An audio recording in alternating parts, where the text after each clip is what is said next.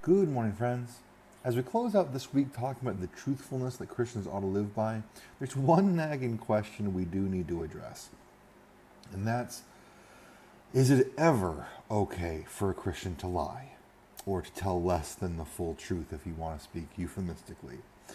And it'd be quite tempting to say, in light of everything that we've talked about so far, of course it's never okay. Jesus has been clear. Pastor, you've been clear. God is a God of truth. Therefore, we must speak the truth honestly, clearly, in love on all occasions. Well, unfortunately, in some very specific situations, it may not be as easy as all that. And to help us understand how this might be, I point you to the precedent of divorce. Jesus teaches clearly that God does not want people to get divorced. He said, "What therefore God has joined together, let not man separate." And yet, as we've recently learned, Jesus himself and Paul after him outlined at least one, perhaps two, depending on how you look at it, circumstances in which divorce is indeed permissible and seemingly not sinful. And it seems we have a similar situation when it comes to quote-unquote lying.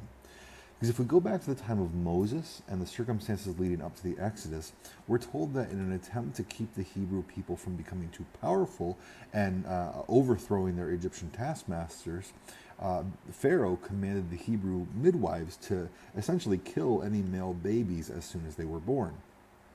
And we read in Exodus 1:17 what happened. We read, "But the midwives feared God and did not do as the king of Egypt commanded them, but let the male children live. So the king of Egypt called the midwives and said to them, 'Why have you done this, and let the male children live?' The midwives said to Pharaoh, 'Because the Hebrew women are not like the Egyptian women, for they are vigorous and give birth before the midwife comes to them.' So God dealt well with the midwives, and the people multiplied and grew strong. And because the midwives feared God, he gave them families."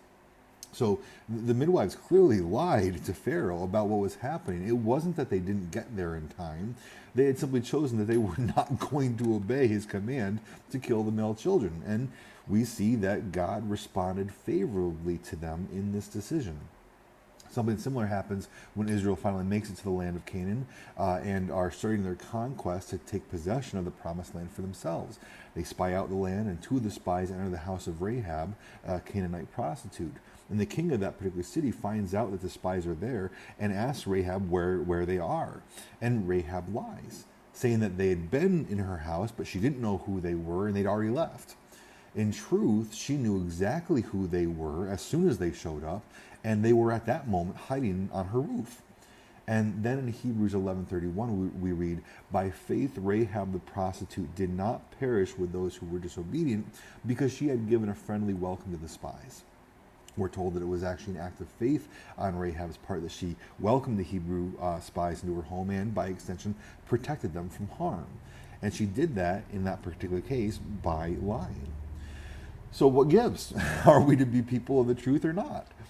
Well, we're going to talk about context quite a bit in this coming Sunday's message, but even for right now, context, which is seeing things in the circumstances in which they actually happened, is incredibly important for understanding the Bible as well as our question today. So what is the context of these two occasions of seemingly sanctioned lying? Well, there's probably more that you could point out here, probably a lot more, but two things that serve as guidelines for my understanding is, number one, these were extreme life and death situations. Secondly, the lying was not for personal gain, but to protect other people. The midwives did what they did to protect the male children to the best of their abilities. Rahab did what she did to protect the Hebrew spies. And these things were not done to protect people from hurt feelings or from, if you'll forgive the term, hearing inconvenient truths.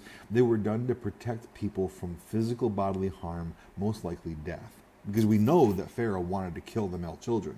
And we can presume the king of Rahab's city wanted to kill the spies, or at the very least torture them for information on what was happening with the invading Hebrews.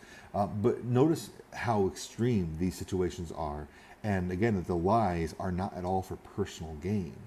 Because as I sort of just alluded to, we cannot take these passages and then conclude, okay, there's a situation in the church where the truth should be spoken, but I know it's going to make people upset, so I'll protect people by lying about it instead, or withholding the truth.